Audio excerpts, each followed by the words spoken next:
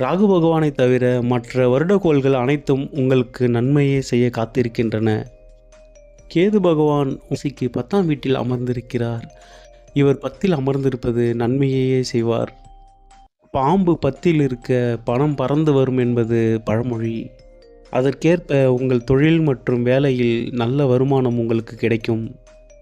முருகர் வழிபாட்டை அடிக்கடி மேற்கொள்ளுங்கள். செவ்வாய்க்கிழமைகளில் விரதம் இருப்பது உங்களுக்கு நன்மை கொடுக்கும்.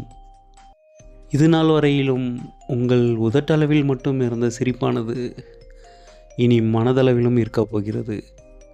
குரு பெயர்ச்சி வரை காத்திருங்கள். அதற்குள்ளாக உங்களுக்கு அதீத கஷ்டங்கள் ஏற்படுமாயின் திருச்செந்தூரில் உள்ள முருகப்பெருமானை, குரு வடிவாக அமர்ந்துள்ள முருகப்பெருமானை ஒரு முறை சென்று தரிசித்து வாருங்கள். விருச்சிக ராசி நேயர்களே, இனிய புத்தாண்டு நல்வாழ்த்துக்கள். நன்றி.